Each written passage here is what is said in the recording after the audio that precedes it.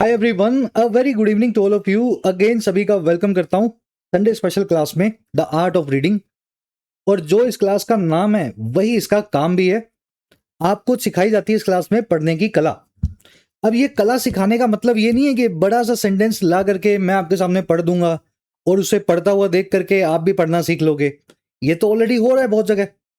इस क्लास में सेंटेंस आप खुद पढ़ेंगे, मैं आपको करूंगा गाइड।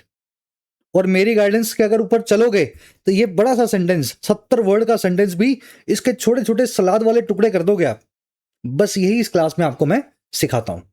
तो चलिए 5 मिनट की क्लास में आप खुद ही फिगर आउट कर लेंगे इस चीज को। एक लाइक और एक शेयर देना। आइए लेक्चर को शुरू करते हैं। ऑलराइट, फर्स्ट सेंटेंस आपके सामने है। ये पूरा एक ही सेंटेंस है। मैं चाहता हूं वीडियो को कर लो पॉज और जितना आपसे पढ़ा जाए, मीनिंग निकाला जा सके उतना मीनिंग निकाल लो। मान लीजिए आपसे इतना भी निकले ना मीनिंग, इतना तो इतना ही निकाल लो जितना निकलता है। 5 मिनट वीडियो को पॉज करो और इसको एक ट्राई दो। चलिए शुरू करें अब इसको। देखिए ये सेंटेंस है ना, अगर इसको पढ़ना हो, एक सेकंड रुकना। अगर इस सेंटेंस को आपको पढ़ना हो तो ये पढ़ने का तरीका ऐसा होगा कि आपको इस तरीके से इसको इमेजिन करना होगा। इसके टुकड़े पढ़ने से पहले ही आपको छोटे छोटे टुकड़े करने होंगे। अब ये टुकड़े कैसे करते हैं ये अपने अभी देखेंगे। देखिए सेंटेंस पता क्या कह रहा है ये? सेंटेंस कह रहा है जी, यूनिवर्सिटी जो है ना वो लीन करती हैं लेस यानी कि कम, और किस पे? गवर्नमेंट की ग्रांट्स पे। लीन ऑन करना यानी किसी पे निर्भर होना। और कह रहा है किसके बजाय? बजाय सेल्फ फंडिंग मॉडल्स के, ऐसे मॉडल्स जिसमें यूनिवर्सिटी अपना खर्चा खुद चलाती हैं। सच बता रहा हूं मैं, ये सेंटेंस इतना ही है। अब आप बोलोगे सर ये बाकी क्या था फिर? ये ऊपर लिखा हुआ, ये नीचे लिखा हुआ, ये क्या है? जो ये काम यूनिवर्सिटीज कर रही है ना, ऊपर दिया गया है उसका कारण और नीचे दिया गया है उसका रिजल्ट। अब देखो मैं इसको फिगर आउट करना आपको सिखाता हूं, मैंने कैसे पकड़ा। ठीक है, मैंने क्या किया, मैंने एज कंजंक्शन को देखा शुरू में और उसके बाद एक क्लोज देखा पूरा। क्लोज यानी सब्जेक्ट वर्ब का पेयर। और फिर मैंने एक और कंजंक्शन देखी, येट। आपको पता है as, yet, because, so, and, है ना, ये सारी कंजंक्शंस हैं। तो मैंने कंजंक्शन टू कंजंक्शन इस शुरुआती जो है ना पोर्शन को मैंने तोड़ दिया। फर्स्ट कंजंक्शन जहां तक चला चला, सेकंड कंजंक्शन आई, फिर जहां तक चला चला, फिर लगा जी कॉमा। कॉमा लगने के बाद में मुझे पता लगा कि एक नया क्लोज आएगा, यूनिवर्सिटी सब्जेक्ट बनेगा, लीन ऑन इसकी वर्ब बनेगी। तो मैंने इस पूरे सब्जेक्ट को और वर्ब के पेयर को, क्लोज को अलग कर दिया। फिर लग गया कॉमा। कॉमा लगते ही मुझे पता लगा कि अब यहां पे चौथा टुकड़ा आएगा। पहला टुकड़ा इस कंजंक्शन से, दूसरा टुकड़ा इस येट कंजंक्शन से, तीसरा टुकड़ा कॉमा से कॉमा के बीच, और चौथा टुकड़ा विद प्रेपोजिशन के साथ में कॉमा के बाद। तो ये चौथा टुकड़ा मैंने बनाया विद प्रेपोजिशन के साथ। फिर लग गया कॉमा, तो मुझे एक पांचवा टुकड़ा बनाना पड़ा। पांचवें टुकड़े में अगेन देखो कंजंक्शन। कंजंक्शन से मैंने शुरू किया और जो मैंने कंजंक्शन से शुरू किया उसके बाद मैंने देखा कि एंड कंजंक्शन आ रही है और उससे दो फ्रेजेस जुड़े हुए हैं। एंड से पहले ये पूरा फ्रेज टू ब्रिंग से लेकर के यहां तक, और एंड के बाद में ये पूरा फ्रेज टू एक्सप्लेन से लेकर के यहां तक। यहां टू अंडरस्टूड है, अभी आगे बता देंगे कैसे अंडरस्टूड है। तो ये ऐसे मेरा दिमाग जो है ना एज अ टीचर चलता है। बस यही आपको चलाना है। आपको लग रहा होगा ये बहुत भारी बता दिया सर आपने, मुझे तो कंजंक्शन भी नहीं पता क्या होती है, येट कैसे लगा दूं मैं, एज का तो मुझे पता ही नहीं था। तो आप फिर रोज रीडिंग नहीं कर रहे हो। जो एडिटोरियल्स में आपको मैं पढ़ाता हूं रोज मंडे टू फ्राइडे, उसी की जो है ना मास्टर क्लास हो रही है संडे को। मास्टर क्लास के आगे पहले भी और आपको पीछे भी जो दूसरी एडिटोरियल क्लासेस हैं वो लेनी होंगी। तो जनरल आपको वहां से आइडिया मिलेगा और वीकेंड पे आकर के इस मास्टर क्लास के अंदर आप अपने आप को असेस किया करो।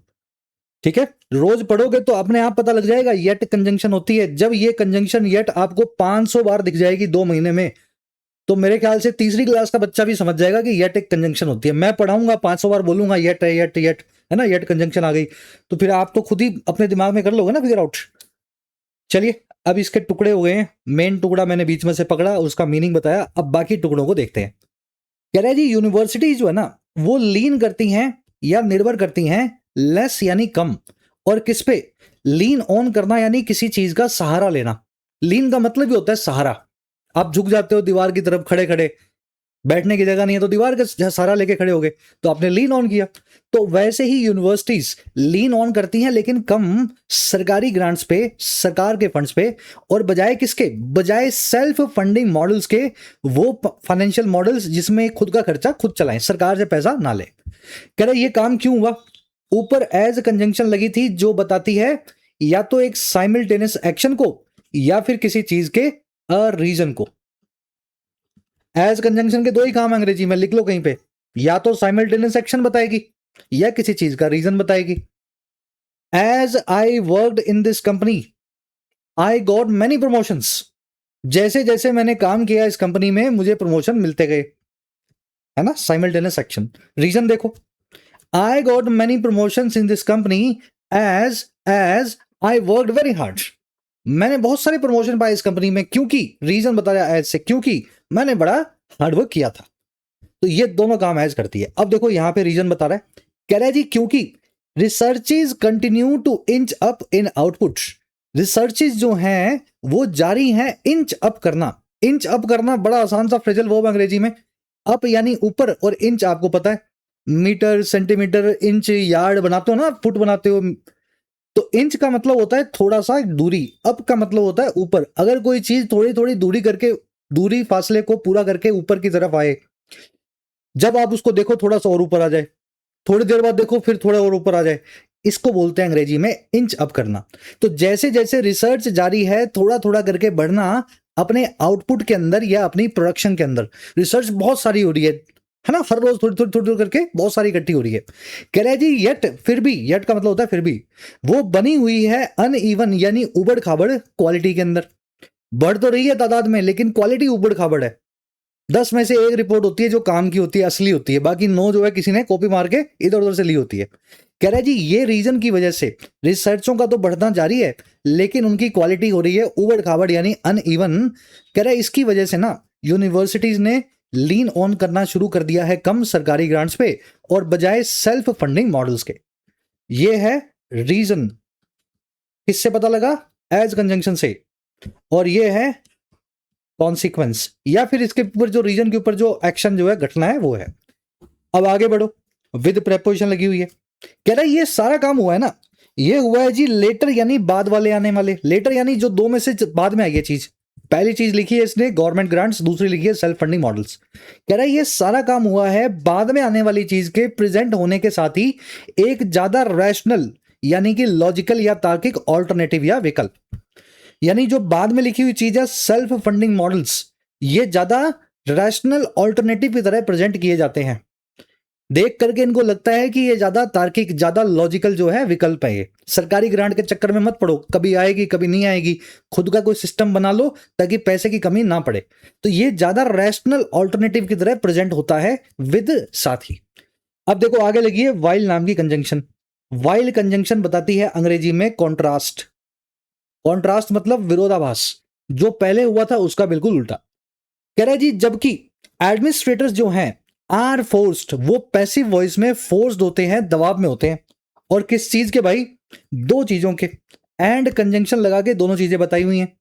पहली चीज है to bring to the various departments, पहला दबाव उन पे है कि वो लेकर के आए बहुत डिपार्टमेंट्स की तरफ, वेरियस डिपार्टमेंट्स की तरफ, और क्या लेकर के आए, रिवाइज्ड बजट्स को, नए बजट्स को। भाई सरकारी ग्रांट बंद हो गई, अब प्राइवेट अपनी फीस सेमिनार करके यूनिवर्सिटी खर्चा निकालेगी तो बजट भी चेंज हो जाएगा ना, शायद उतना खर्चा ना कर पाए। तो ये फोर्स्ड हो जाते हैं यूनिवर्सिटी के एडमिनिस्ट्रेटर्स कि वो अपने अपने डिपार्टमेंट्स के अंदर नए बजट लेकर के आए, छोटे कटे हुए बजट लाएं। अच्छा और किस चीज के लिए होते हैं भाई, और किस चीज के लिए फोर्स्ड हैं, एंड लगा के बता रहा है कि एक्सप्लेन कैसे करें फैकल्टी के लीडर्स को। फैकल्टी लीडर मतलब सब्जेक्ट का लीडर। केमिस्ट्री के अंदर 5 फैकल्टी हो सकती है, उनका एक लीडर भी होगा, असिस्टेंट प्रोफेसर होंगे 5, एक होगा सीनियर प्रोफेसर।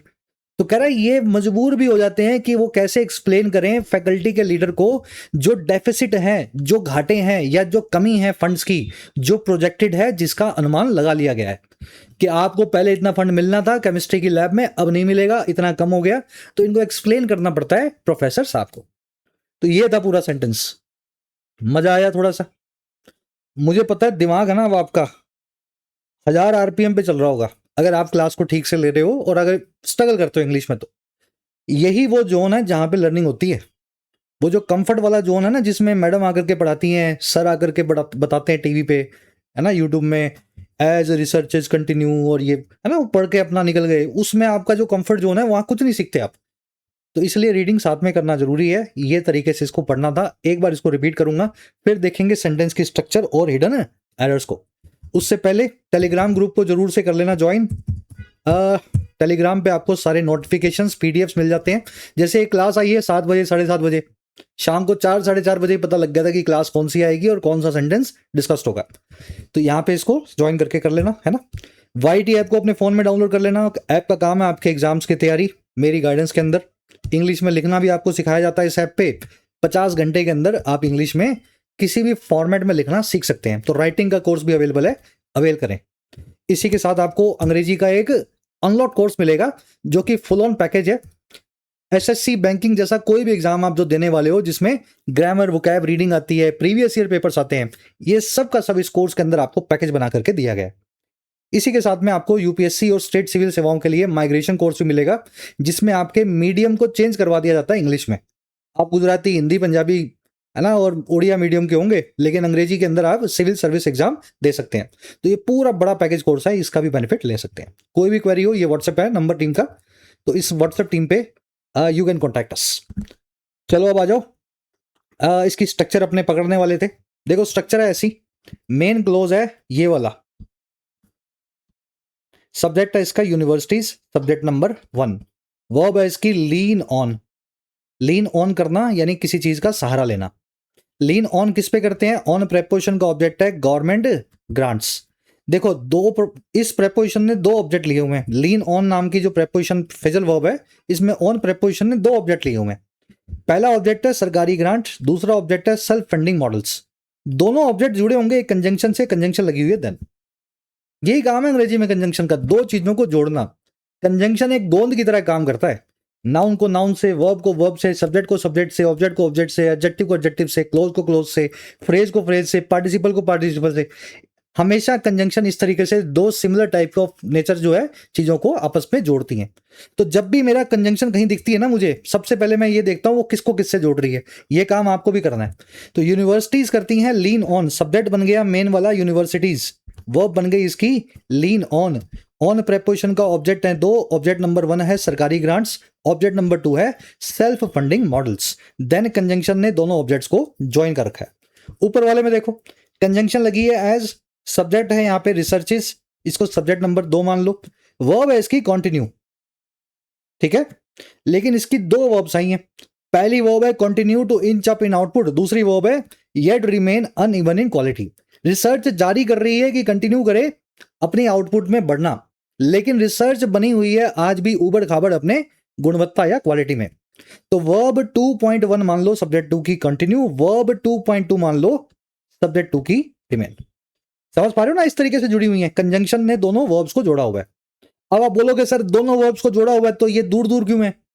कंटिन्यू के बिल्कुल बाद में येट लिखता, इसलिए दूर दूर है क्योंकि कंटिन्यू वर्ब का ऑब्जेक्ट है इंच अप इन आउटपुट।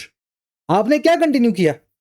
हमेशा आप यही बोलते हो ना, मैंने कुछ कंटिन्यू किया, मैं कंटिन्यू कर रहा हूं इस कंपनी में जॉब करना, मैं कंटिन्यू कर रहा हूं अपनी पढ़ाई, मैं कंटिन्यू कर रहा हूं जो भी चीज।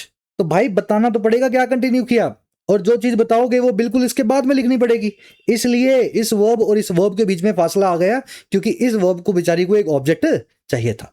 ऑब्जेक्ट है इसका 2 इंच अप, ये एक इन्फिनेटिव है, इसका मतलब होता है धीमे धीमे करके, लेकिन थोड़ा थोड़ा करके बढ़ना, इंच अप करना। इन प्रेपोजिशन है, ऑब्जेक्ट है आउटपुट। आउटपुट का मतलब होता है उत्पाद, प्रोडक्शन। फैक्ट्री का आउटपुट क्या होता है? जितने उसमें प्रोडक्ट बने। रिसर्च का आउटपुट क्या होता है? कितने रिसर्च पेपर छपे। तो ये था जी पूरा सब्जेक्ट वर्ब 1 नंबर और 2 नंबर। अब आगे बढ़ो, बाकी का पोर्शन देखते हैं। विद प्रेपोजिशन है, इसका ऑब्जेक्ट है लेटर। लेटर यानी बाद वाला। अभी इसके अंदर एक ग्रामर कॉन्सेप्ट आपको करवाएंगे, हो सकता है वर्ड गलत तरीके से यूज हुआ हो। इस नाउन जो लेटर को मैं लिखना चाह रहा हूं, जो भी लिखना चाहिए था, उसके लिए एडजेक्टिव लगा है प्रेजेंटेड। कह रहा है जो बाद वाली चीज है उसके प्रेजेंट होने के साथ ही, दिखाए जाने के साथ ही। कैसे दिखाया गया? एज प्रेपोजिशन है, इसका ऑब्जेक्ट है ऑल्टरनेटिव। ऑल्टरनेटिव एक विकल्प यानी नाउन की बात कर रहा है। और ऑल्टरनेटिव कैसा है? More rational.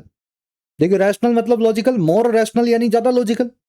एडजेक्टिव की कंपैरेटिव डिग्री बनी हुई है, ये एडजेक्टिव इस नाउन को मॉडिफाई कर रहा है। ऑल्टरनेटिव है लेकिन कैसा, और ज्यादा रैशनल ऑल्टरनेटिव है, तो more rational, more beautiful, more intelligent, याद है ना कंपैरेटिव डिग्री। तो इस कंपैरेटिव डिग्री ने इस ऑल्टरनेटिव नाम के नाउन को मॉडिफाई कर दिया, एज प्रीपोजिशन का ऑब्जेक्ट बन गया, है ना alternative.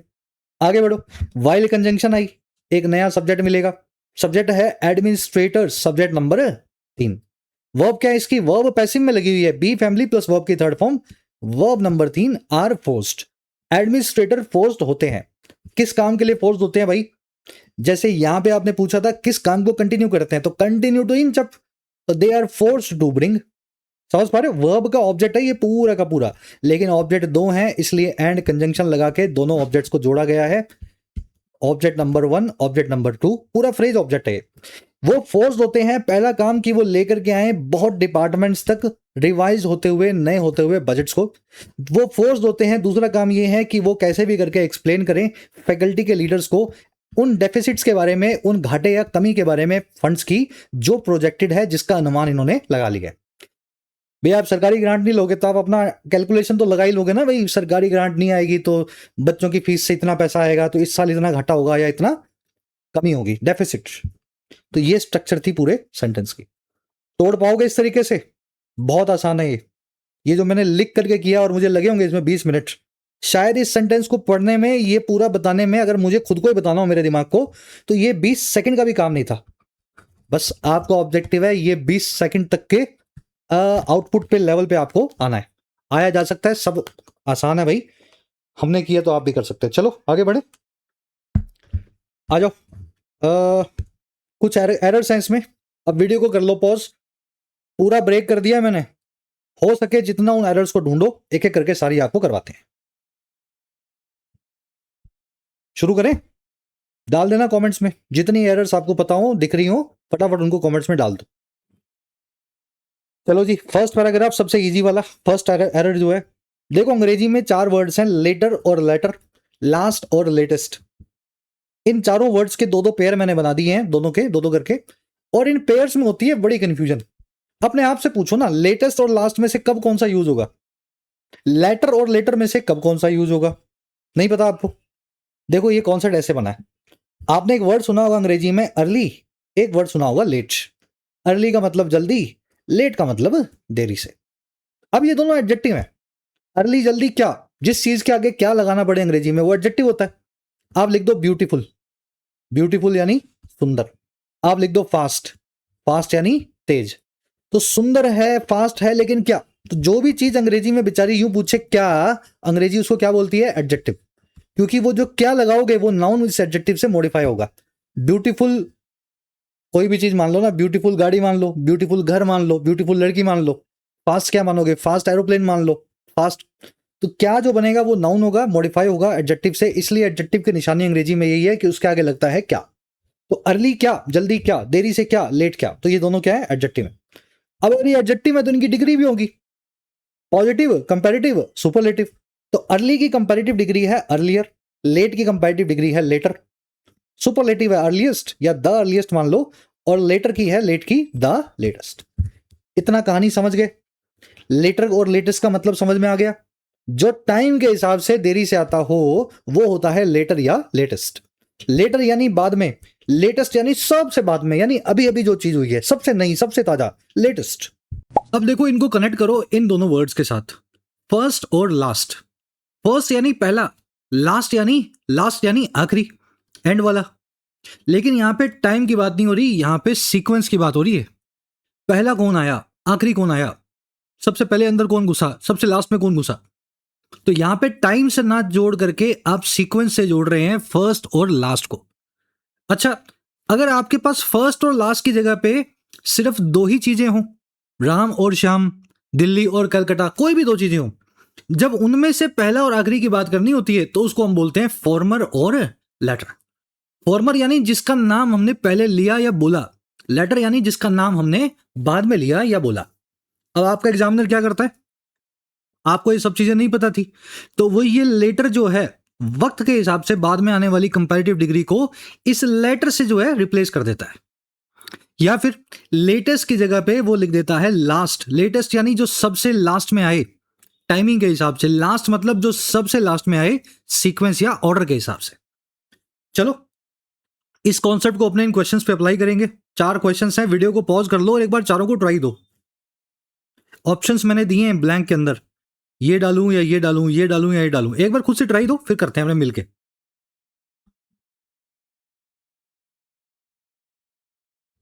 Alright, of the two proposals the later or latter was financially viable।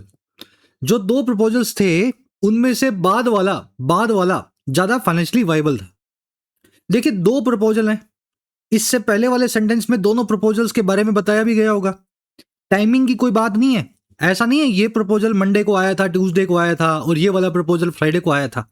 दोनों प्रपोजल एक ही साथ एक ही सेंटेंस में एक ही पैराग्राफ में बताए गए होंगे।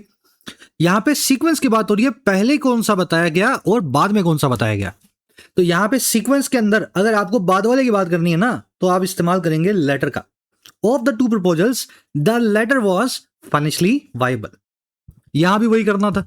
हमारे सेंटेंस के अंदर सीक्वेंस के हिसाब से आपने क्या लिखा, with the latter presented as a more viable या रैशनल ऑल्टरनेटिव। ये सारा काम हुआ बाद वाले के प्रेजेंट होने के साथ ही एक ज्यादा लॉजिकल ऑल्टरनेटिव के तौर पे। बाद वाला कौन, सेल्फ फंडिंग मॉडल्स की बात हो रही है। पहले वाला कौन, गवर्नमेंट ग्रांट। समझ पा रहे हो, गवर्नमेंट ग्रांट पे इसलिए वो ज्यादा कम लीन करते हैं, कम निर्भर करते हैं, सेल्फ मॉडल पे ज्यादा करते हैं, क्योंकि जो बाद वाला है वो प्रेजेंट होता है एक ज्यादा, दिखाई देता है एक ज्यादा लॉजिकल ऑल्टरनेटिव। क्लियर है। तो ये लेटर का क्या करूंगा, इस लेटर का मुझे LATTER लेटर जो है बनाना पड़ेगा। अगर पहले वाले की बात करनी होती तो मैं लिखता यहां पे फॉर्मर। ठीक है, फॉर्मर। चलो ये 3 क्वेश्चंस बाकी के भी लिख के कर लेना इनको, है ना। She resign from her position 3 years late या लेटर। उसने अपनी पोजीशन से रिजाइन किया 3 सालों के बाद, तो 3 years लेटर, है ना, बाद की बात हो रही है, कंपैरेटिव डिग्री है तो लेटर। ही फिनिश्ड लास्ट या latest in the race despite strong training. उसने फिनिश किया सबसे आखिरी इस रेस के अंदर बावजूद बहुत स्ट्रॉन्ग ट्रेनिंग के। सीक्वेंस की बात हो रही है, पहला कौन आया, दूसरा कौन आया, आखिरी कौन आया, तो सबसे आखिरी आया है तो लास्ट लिखोगे। टाइम के हिसाब से लेटेस्ट होता है, पोजीशन के हिसाब से लास्ट होता है। ही finished last in the race. The last या latest version of the software has been released. इस सॉफ्टवेयर का सबसे नया सबसे ताजा वर्जन जो है रिलीज हो गया है। सबसे नया यानी लेटेस्ट, न्यूएस्ट, जो अभी अभी आया है, इससे यानी जो भी आए थे उससे पहले ही आए थे। ये टाइम के हिसाब से सबसे आखिरी है, टाइम के हिसाब से आखिरी यानी सबसे ताजा, उसको हम बोलते हैं latest. Latest news, latest magazines, latest version, है ना। चलिए लगा दोगे कॉन्सेप्ट, बैठ गया यहाँ पे दिक्कत, है ना, सही होगी ना। ये लेटर का हमने लेटर बनाया, यहां थी आपकी एरर नंबर फर्स्ट। चलो अब थोड़ा सा और ऊपर आओ, ये तो आपने देख ही ली, थोड़ा सा और ऊपर की एरर देखो। लास्ट में इस पूरी क्लास का शो स्टॉपर है fake ditransitive words. Last में करवाऊंगा, ठीक है, बड़ा अच्छा कॉन्सेप्ट है, ये लास्ट में करना है, उससे पहले वाले पकड़ लो। कॉन्सेप्ट नंबर 2 है जी, बहुत बार रिपीट हो गया है, bread paper advice, research, legislation, equipment, machinery, jewellery, furniture, software, hardware. ये सारे वो नाउन्स अंग्रेजी में जो ना होते हैं सिंगुलर ना होते हैं प्लूरल, क्या कहलाते हैं, ये होते हैं अनकाउंटेबल नाउन्स। देख के आपको लगेगा कि अ ब्रेड लिख देता हूं क्योंकि एक ब्रेड है, या एडवाइसेस लिख देता हूं क्योंकि कई सारी सलाहें हैं, लेकिन ये नाउन अंग्रेजों ने अनकाउंटेबल मान रखे हैं। ना इनके आगे ए लगेगा, ना इनके आगे एन लगेगा, ना इनके पीछे कभी एस आएगा। सिंगुलर ना प्लूरल कुछ भी नहीं है। जैसे मिल्क है, मैं एग्जांपल देता हूं हमेशा, मिल्क एक अनकाउंटेबल नाउन है। कभी भी आप ऐसा नहीं लिखोगे एक दूध, 2 दूध, काउंट नहीं कर सकते ना। ना कभी ऐसा लिखोगे मिल्क्स, बहुत सारे मिल्क्स थे, ऐसा भी नहीं लिखोगे। तो वैसे ही ये नाउन्स के आगे भी एस ना लगाएं, कभी आगे ए वैन या 1 2 ना लगाएं। चलिए, new machineries have been ordered, नई मशीनरीज को ऑर्डर कर दिया गया है। मशीनरीज ये वर्ड अंग्रेजी में नहीं होता क्योंकि मशीनरी एक अनकाउंटेबल नाउन है, जैसा कि मैंने आपको बताया। तो क्या करेंगे, इसका IES निकाल करके इसको सिंगुलर फॉर्म में लिखो। New machinery has been, verb आएगी सिंगुलर, हैज बीन ऑर्डर्ड। याद होगा आपको, अनकाउंटेबल नाउन्स हमेशा सिंगुलर वर्ब को लेते हैं। चलो अगला देखो, a few equipments were replaced, कुछ एक इक्विपमेंट्स को रिप्लेस किया गया था। अगेन इक्विपमेंट भी इसी कैटेगरी का है। इक्विपमेंट के पीछे का एस निकालना होगा, वर्ब को यहां पे वॉज करना होगा, लेकिन ये सेंटेंस अभी भी गलत है। क्यों? क्योंकि अ फ्यू का मतलब होता है कुछ एक, कुछ एक। अगर ये कुछ एक नाम का एडजेक्टिव आपने लगाया, जैसे मैनी है, सेवरल है, वेरियस है, अ फ्यू है, ये सारे जो है ना एडजेक्टिव, ये हमेशा प्लूरल नाउन की तरफ इशारा करते हैं। Many students, a few papers, several, जो भी लिखना चाहो। तो ये कुछ एक नाम का जो प्लूरल एडजेक्टिव है, इसके बाद में आपने अनकाउंटेबल नाउन लिखा, वर्ब को सिंगुलर कर दिया, इससे मामला सही नहीं बैठेगा। यहां पे आपको थोड़ा सा जुगाड़ करना पड़ेगा। अ फ्यू की वजह से मैं क्या करूंगा, इस एस को तो निकाल दूंगा, लेकिन अ फ्यू के आगे यहां मैं लिखूंगा पीसीज ऑफ। कुछ जो टुकड़े थे, पीसीस थे, हिस्से थे इक्विपमेंट के, उनको रिप्लेस किया गया था। समझ गए? तो many, several, a few, various, ये सारे वो एडजेक्टिव हैं जो हमेशा अपने बाद प्लूरल नाउन लेते हैं। तो याद रखें, इनके बाद में आपको पीसीज ऑफ ऐड कर देना होगा अगर ये अनकाउंटेबल नाउन्स लिखे हुए हों। चलो, अगर ये ऐसा था तो आपने यहां क्या कर रखा है, रिसर्चेज प्लूरल लिखा हुआ है। प्लूरल नहीं होता, सिंगुलर होता है, एस निकालोगे और रिसर्च को वर्ब दोगे सिंगुलर ही, तो यहां लिखोगे कॉन्टिन्यूज और यहां लिखोगे रिमेन्स। ठीक है? Error number 2। फर्स्ट नंबर क्या थी, लेटर का आपने लेटर बनाया था, LATTER। सेकंड नंबर में रिसर्चेस को रिसर्च किया, वर्ब को सिंगुलर बनाया, कॉन्टिन्यूज एंड रिमेन्स। चलो तीसरा नंबर दिखाएं अब आपको। तीसरा है जी, अंग्रेजी में कुछ वर्ड्स अपने पास पेयर्स हैं जो देखने में बिल्कुल एक जैसे हैं। जैसे पहला वर्ड है रैशनल, दूसरा भी है रैशनल, इसमें ई एक्स्ट्रा लगा हुआ है। फिर एक वर्ड है एनवेलप और दूसरा वर्ड है एनवेलप, एक में ई लगा हुआ है, एक में नहीं लगा हुआ। लास्ट में है कंप्लेंट और कंप्लेन, एक में टी लगा हुआ है, एक में नहीं लगा हुआ। ये वर्ड्स बहुत मिलते जुलते हैं, लेकिन इनकी फॉर्म का फर्क है। कैसे? रैशनल का मतलब होता है ई के साथ में लॉजिक, और अगर ई निकाल दूं तो भी रैशनल ही बोलूंगा, लेकिन इसका मतलब होगा लॉजिकल। ये एक एडजेक्टिव है। जैसे लॉजिकल बात, लॉजिकल क्वेश्चन, लॉजिकल पहेली। लॉजिकल के बाद में एक नाउन लगाओगे, लॉजिकल क्या, लॉजिकल क्या, लेकिन लॉजिक के आगे नाउन लगाने की जरूरत नहीं है। ये मेरा लॉजिक है, इट इज माई लॉजिक। तुम्हारा लॉजिक सही है, your logic is correct. Logic एक नाउन है, लॉजिकल एक एडजेक्टिव है, हमेशा एक नाउन के साथ आता है। यही है दोनों में फर्क। ई लगा तो नाउन, हटाया तो एडजेक्टिव। यही उसमें होता है एनवेलप में। देखिए एनवेलप, एनवेलप बोलते हैं इसको, लिफाफा होता है ना अपने, जिसमें कुछ डालते हो आप, कागज है ना, किसी के लिए शगुन डालते हो, लिफाफा देते हो ना किसी को, तो वो है एनवेलप। तो ये तो नाउन हो गया। एनवेलप, ये जो ई निकाल करके लिखा है, ये वर्ब है। इसका मतलब होता है किसी चीज को लिफाफे की तरह चारों ओर से घेर लेना। मान लीजिए धुआं हो गया आपके कमरे में, तो धुएं ने आपके कमरे को एनवेलप कर लिया। मान लीजिए देश में बेरोजगारी हो गई, तो बेरोजगारी ने युवा को एनवेलप कर लिया। समझ पा रहे हो आप? तो ये एक वर्ब है, ऊपर वाला नाउन है। लास्ट में कंप्लेंट, ये आपको पता ही होगा, ये एक नाउन होता है। कंप्लेंट का मतलब है शिकायत। कंप्लेन एक वर्ब है, टी निकाल दिया, तो इसका मतलब है शिकायत करना।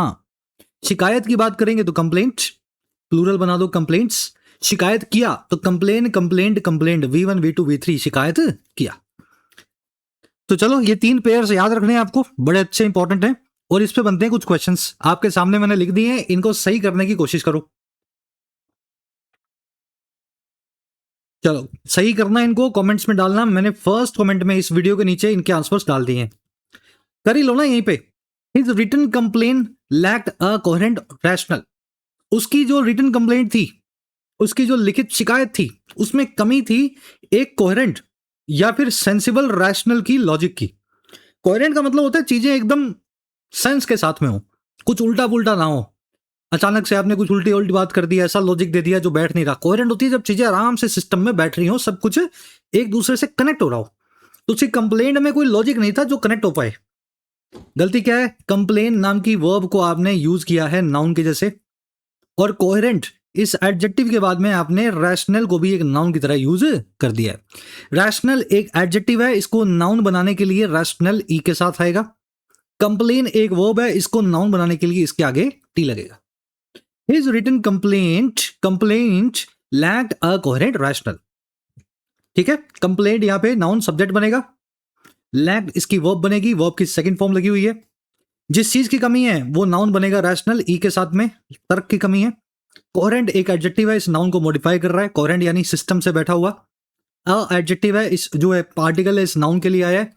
हिज एडजेक्टिव है, रिटन एडजेक्टिव है, रिटन का मतलब है लिखा हुआ, हिज का मतलब है उसकी। तो ये सेंटेंस को इस तरीके से आप ब्रेक करके पता कर सकते हो। लगाओ यही फॉर्मूला यहाँ पे, तो यहाँ क्या कर रखा है आपने, रैशनल ऑल्टरनेटिव। रैशनल तो खुद ही एक नाउन है भाई साहब, ई लग गया है, बिना ई के क्या होता है, एडजेक्टिव होता है। तो क्या लिखूं, with the latter presented as a more rational alternative. ठीक है, ई निकला, नाउन से एडजेक्टिव बना, और ऑल्टरनेटिव कैसा है, ऑल्टरनेटिव बड़ा तार्किक है। तार्किक क्या है, तार्किक ये ऑल्टरनेटिव है, ऑल्टरनेटिव मतलब विकल्प। तो चलिए, नाउन से पहले एडजेक्टिव चाहिए होता है, तो एडजेक्टिव को ई निकाल करके आपको बनाना था। तो ये है एरर नंबर 3। चलो जी, लास्ट वाली है, भयंकर वाली, बढ़िया वाली, नया कॉन्सेप्ट आपके लिए, फटाफट उसको फिनिश करेंगे, अपने कवर करेंगे। देखिए, अंग्रेजी में ना कुछ वर्ब्स होती हैं जिनके दो ऑब्जेक्ट होते हैं। जैसे एक वर्ब है, she told a story to us, उसने बताया एक स्टोरी, एक कहानी हमें। My mother bought a gift for me, मेरी माँ ने खरीदा, बॉट बाय वर्ब की सेकंड फॉर्म है बॉट, मेरी माता जी ने खरीदा एक गिफ्ट को, एक उपहार को मेरे लिए, फॉर मी। देखो, वर्ब जो है ना, उससे जो चीज वट का रिप्लाई करे वो कहलाती है डायरेक्ट ऑब्जेक्ट, और जो हुम का रिप्लाई करे वो कहलाती है इनडायरेक्ट ऑब्जेक्ट। मेरे को क्या बताया गया, स्टोरी, उसने क्या बताया हमें, उसने एक स्टोरी बताई, किसको बताई, हमें बताई। टेल वर्ब से क्या का रिप्लाई किया, स्टोरी ने, स्टोरी बनेगा डायरेक्ट ऑब्जेक्ट, और किसको बताई, हमें बताई। तो टू प्रेपोजिशन का जो ऑब्जेक्ट है, ये स्टोरी का भी ऑब्जेक्ट, टेल वर्ब का भी ऑब्जेक्ट बन सकता है और बनेगा इनडायरेक्ट ऑब्जेक्ट। तो जब भी ऐसा किस्सा बैठे अंग्रेजी में, डायरेक्ट और इनडायरेक्ट ऑब्जेक्ट दोनों दिए हों, और इनडायरेक्ट ऑब्जेक्ट को आपने टू से या फिर फोर से जोड़ा गया हो, तो आप उस वर्ब को डाई ट्रांजिटिव फॉर्म में लिख सकते हैं। और उसका तरीका पता है क्या होता है, जो इनडायरेक्ट ऑब्जेक्ट है उसके आगे का टू या फॉर आप निकाल लें, और उसको डायरेक्ट ऑब्जेक्ट के बिल्कुल पहले लिख दें। She told us a story, my mother bought me a gift. अब इसका मतलब ये नहीं है उसने हमें बताया एक स्टोरी, ही टोल्ड अस, उसने बताया हमें एक स्टोरी, या मेरी माँ ने खरीदा मुझे एक गिफ्ट, मुझे नहीं खरीदा, गिफ्ट को खरीदा, मेरे लिए खरीदा है। माई mother bought me a gift का मतलब ये है, माई mother bought a gift for मी। क्योंकि बाय एक डाई ट्रांजिटिव वर्ब है, दोनों ऑब्जेक्ट ले रही है, इसलिए फॉर प्रेपोजिशन को निकाल करके इनडायरेक्ट ऑब्जेक्ट को डायरेक्ट ऑब्जेक्ट के आगे लिखा जा सकता है। ये ऑल्टरनेटिव फॉर्म होती है, आपको बनानी आनी चाहिए। अब दिमाग में सवाल क्या आएगा, सर ये सारी वर्ब्स डाई ट्रांजिटिव है क्या? हाँ जी, और ऐसी बहुत सारी अंग्रेजी में।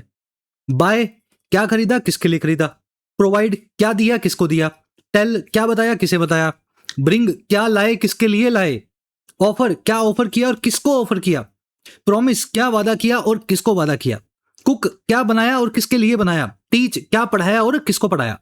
दो सारी वर्ब्स आप खुद से देखो ना अपने आप, सारी वर्ब्स जो है डायरेक्ट और इनडायरेक्ट वर्ब जो ऑब्जेक्ट है दोनों लेकर के आ रही हैं। तो इन वर्ब्स को हमें इस तरीके से लिखना है सेकंड वाली फॉर्म में। अगर ऐसा है तो इस सेंटेंस को देखो आप, एडमिनिस्ट्रेटर्स आर फोर्स्ड और क्या करने में, टू ब्रिंग करने में, और क्या करने में, ब्रिंग करेंगे ये रिवाइज्ड बजट्स को, और किसके लिए, ये ब्रिंग करेंगे रिवाइज्ड बजट्स को डिपार्टमेंट्स के लिए, टू वेरियस डिपार्टमेंट्स, या फोर भी आ सकता है यहां पे। जैसे मैं आपको एग्जांपल दे रहा हूं एक, he brought a gift for मी या टू मी, वो लेकर के आया एक गिफ्ट को मेरे लिए। ब्रिंग वर्ब की सेकंड फॉर्म है, गिफ्ट यहां पे डायरेक्ट ऑब्जेक्ट है, फॉर प्रेपोजिशन का ऑब्जेक्ट मी यानी मेरे लिए लाया, मैं यहां पे इनडायरेक्ट ऑब्जेक्ट बन रहा हूं। तो ये सेंटेंस ऐसा लिखा जा सकता है, he brought me a gift, for को निकाल के। तो यहां भी तो वही करना था, आपने क्या किया, जिसके लिए लाए हैं वेरियस डिपार्टमेंट्स उसको टू लगा के वैसा का वैसा लिख दिया है, और जो डायरेक्ट ऑब्जेक्ट है जो लेकर के आए हैं रिवाइज बजट से, वो आपने बाद में लिखा है। बाद में लिखा है ये सही है, लेकिन जो इनडायरेक्ट ऑब्जेक्ट लिखा है इसके पहले का टू आपको निकालना होगा। समझ पाए ना मेरी बात को? कॉम्प्लिकेटेड तो नहीं कर दिया मैंने समझाने के चक्कर में? भाई आपने एक स्टोरी बताई मुझे, तो मैं ऐसे बोलूंगा she told us a story, ऐसा नहीं बोलूंगा she told to us a story, या my mother bought for me a gift, ऐसा नहीं बोलूंगा, my mother bought me a gift, she told us a story. तो यहां भी तो यही होना था, दे वर फोर्स्ड या they are forced to bring various departments revised budgets. बीच का टू जो निकला है लगा है, इसको आपको निकालना। ये है एरर नंबर 4। चलो जी, डाई ट्रांजिटिव वर्ब आपने सीख ली सारी। अब आपको देंगे लास्ट में एक झटका, शो स्टॉपर। मेन कॉन्सेप्ट है इस क्लास का, जो लास्ट तक रुका है वही सीखेगा। अंग्रेजी में ये सारी वर्ब्स हैं जो फेक डाई ट्रांजिटिव वर्ब्स हैं। फेक का मतलब पता है क्या है? इनको देख के लगेगा कि इनके दो दो ऑब्जेक्ट होते हैं, पहले वाले ऑब्जेक्ट को बाद वाले ऑब्जेक्ट को मैं ऐसे आगे पीछे लिख दूं, लेकिन इन वर्ब को आगे पीछे ऑब्जेक्ट बना करके नहीं लिखा जा सकता। एग्जांपल लेना, the postman delivered a letter to me. Postman ने डिलीवर किया एक लेटर को मुझे। डिलीवर वर्ब का डायरेक्ट ऑब्जेक्ट, क्या डिलीवर किया? लेटर को। किसे डिलीवर किया? मुझे किया। अब आपका दिमाग चलेगा इस तरीके से, सर अगर डायरेक्ट और इनडायरेक्ट ऑब्जेक्ट दिया गया हो और टू लगाया गया हो, फोर लगाया गया हो, तो मैं इस तरीके से उसको लिख देता हूं। तो आप लिख दोगे the postman delivered me a letter. लेकिन ये सेंटेंस गलत है। क्यों गलत है? अंग्रेजों ने इन वर्ब्स को डाई ट्रांजिटिव वर्ब्स माना ही नहीं। बनने को बन जाए ये, आप जिद पे उतर आओ, मैं जिद पे उतर आऊं, ये सेंटेंस बिल्कुल सही है। अगर इस फॉर्मूला के हिसाब से चले हैं, हम जिद करें तो अंग्रेजी के हिसाब से सेंटेंस बनना चाहिए। लेकिन भाषा कौन बनाता है? बोलने वाला। तो अंग्रेज जब बोलते हैं वो बेचारे इस वर्ब को जो है डाई ट्रांजिटिव वर्ब नहीं बताते। तो इसलिए इन वर्ड्स को हम बोलते हैं, सारी वर्ब्स को, फेक डाई ट्रांजिटिव वर्ब्स। देखने में डाई ट्रांजिटिव लेकिन होती ये नहीं है। तो क्या करें? सेकंड सेंटेंस गलत है, इसको फर्स्ट सेंटेंस जो बनाया था यही तरीके से लिखना पड़ेगा। I can explain you the reason. मैं एक्सप्लेन कर सकता हूं आपको कारण, मैं समझा सकता हूं आपको इस भी चीज का रीजन। एक्सप्लेन क्या करूंगा? रीजन को करूंगा। डायरेक्ट ऑब्जेक्ट किसको करूंगा? आपको करूंगा। इनडायरेक्ट ऑब्जेक्ट देखने में लग रहा है फेक डाई ट्रांजिटिव वर्ब है, लेकिन एक्सप्लेन एक फेक डाई ट्रांजिटिव वर्ब है। अंग्रेजों ने इसे डाई ट्रांजिटिव नहीं माना। तो क्या करूं? I can explain the reason to you, ऐसा मुझे लिखना पड़ेगा। यहां भी वही हुआ। ऊपर तो थी ब्रिंग नाम की transitive verb, ditransitive verb, जिसके बाद का टू निकाल के इनडायरेक्ट ऑब्जेक्ट और डायरेक्ट ऑब्जेक्ट को आपको लिखना था। नीचे है एक्सप्लेन नाम की फेक डाई ट्रांजिटिव वर्ब, जिसके बाद में आपको प्रोजेक्टेड डेफिसिट नाम का डायरेक्ट ऑब्जेक्ट जो है वो लगाना चाहिए, और जो इनडायरेक्ट ऑब्जेक्ट लिखा है इसको टू लगा करके यहां ऐड कर देना है। They are forced to explain projected deficits to the faculty leaders. Clear है? चलो, कॉन्सेप्ट बड़ा अच्छा है, बहुत दिनों बाद करवा रहा हूं, ये शायद 1 साल हो गया। फटाफट इनको नोट कर लो। अनलोड कोर्स में जो बच्चे हैं उनको सबको डिटेल में मिल चुका है ना ये सारा नोट्स फॉर्म में। स्क्रीनशॉट ले लेना इसका, इन वर्ब्स को ध्यान से। चलिए रैप अप करते हैं क्लास को। कल आपसे मुलाकात लेंगे ट्यूटोरियल में। क्लास कैसी लगी आज की जरूर से बताएं। हमारी कोशिश तो यही है कि यूट्यूब की सबसे यूनिक क्लास हो ये, अगर रीडिंग स्किल्स की बात हो रही है तो। बाकी आपका फीडबैक हमेशा वेलकम रहेगा। चलिए, अंटिल देन, साइनिंग आउट।